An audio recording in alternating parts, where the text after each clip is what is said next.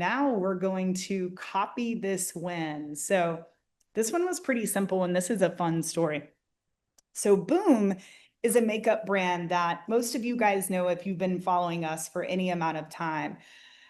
This is a brand that Ezra started, I believe, about 15 years ago. And this brand has gone through so many different iterations. Most of you know that Ezra sold part of the company to private equity. He's gone on that journey. Different teams have then since worked on this particular brand. So Smart Marketer, we weren't as involved in Boom, I would say the last year or so.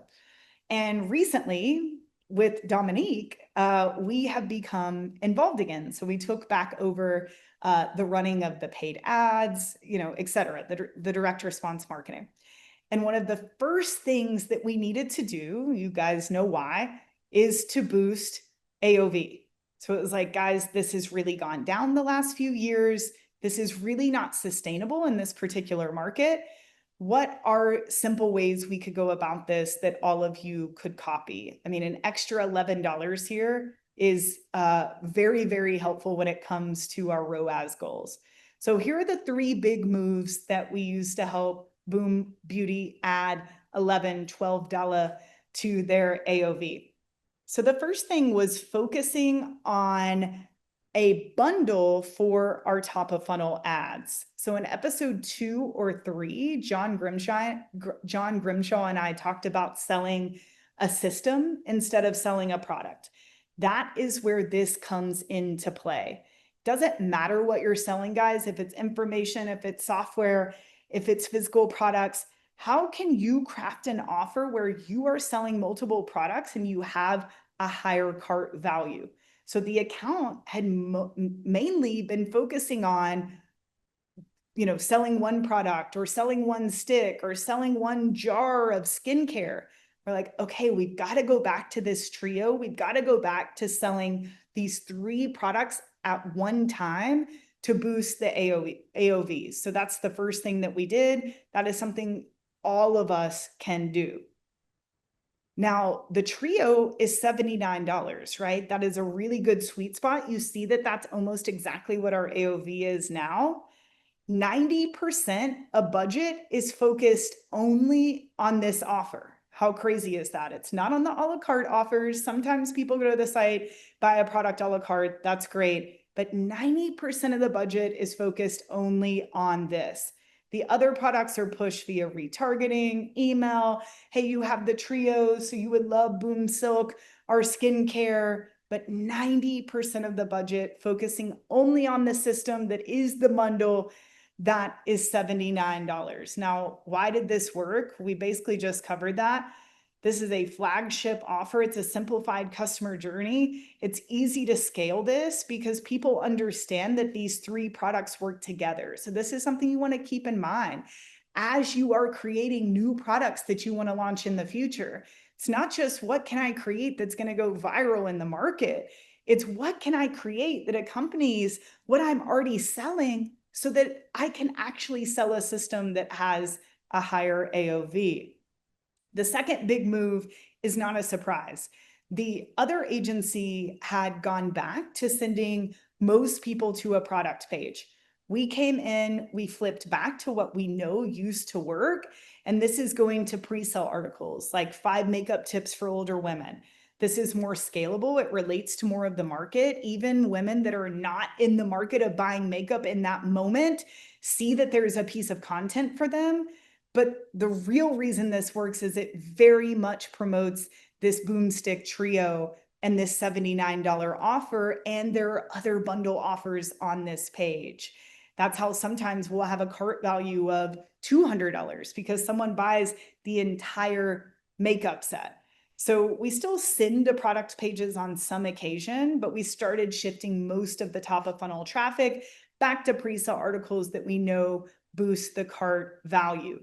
We also targeted women 50 plus, again, with things that they care about that are about the topic, but aren't just directly selling the makeup. So a lot of the ads had shifted to, buy this makeup. It's the best makeup. It was all about the product. It was all about the features of the product. We've really switched back to what it felt like for your hair to transition to gray, what it felt like, as you get older, how you should start changing your makeup routine based off of how your skin changes. So really going back to the stuff we know that works, storytelling, values, not this anti-aging messaging that most of these women are hearing in the market. So we went back to really speaking to their heart. And then the third big move, we targeted smarter by rebuilding audiences around our ideal customers. So the brand had really gotten away from the ideal customer, at least how it started. So we went back to old school things that you guys probably saw, a lot of you in our courses 5+ years ago. Women over 50, my mom, what books are they reading? What brands, what hobbies, what do they love? Let's target them based off of that. Let's not just enter this generic makeup, skincare market for women over 50. Let's use old school ways of reaching them. What are they interested in based off of their age? And how can we find them in those pockets? Dominique's using campaign optimization types like value optimization, minimum ROAS, and cost cap bidding to also ensure that AOV stays high. So it's interesting because we actually didn't change anything about the site, guys. Think of that. So we were able to boost AOV in the way that you saw without really changing anything about the cart or the site or the customer journey after the click. We just changed the messaging, the targeting, and the offers in which we were sending traffic to. Now, are there optimizations we can make on the site? Hell yeah, that's always a focus. But another reason I wanted to show you this case study is it shows you how much heavy lifting can be done just on the ad side of things if you're really willing to think about it big picture. And this is an awesome picture of some of the older photo shoots we used to do of women that really look like our ideal customer. And we brought them back into the fold and really focusing on women that look like the people that we are targeting. We've also very much improved the ads. So you will see that a lot of the ads we're using for Boom do have a more professional feel.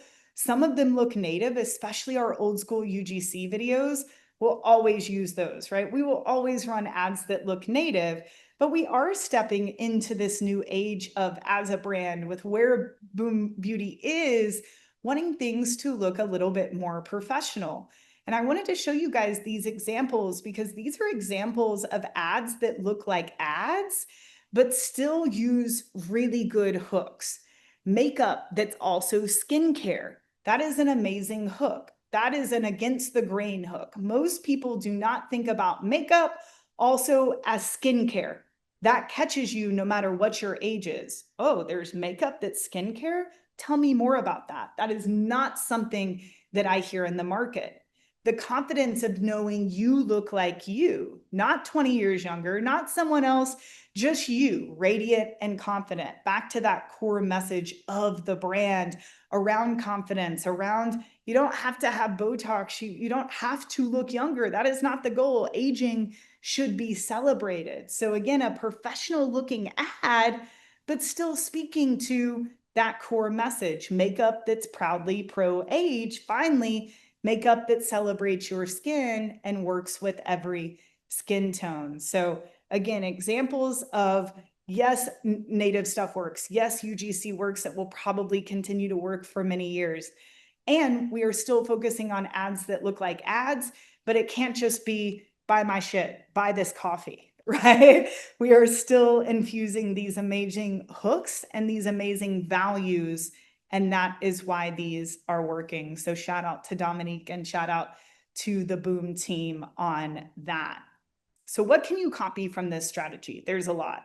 But number one, simplify your offer, speak directly to your avatar. That sounds simple, but most people are not doing that. They're speaking too broad or they are trying to sell too many things, right? The offer is not understood.